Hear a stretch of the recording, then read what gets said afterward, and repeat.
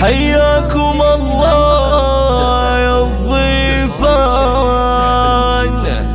على ازرق العود ودلالي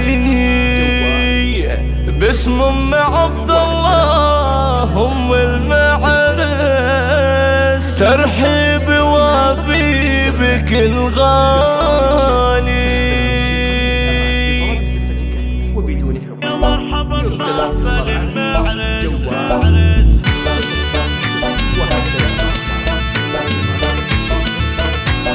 يا مرحبا بمحفل المعرس ترحيب تشرح البالي الترحيب من صادق الوجدان باللي حضر اول وتاني حياكم الله يا الضيفان على ازرق العود ودلالي على ازرق العود ودلالي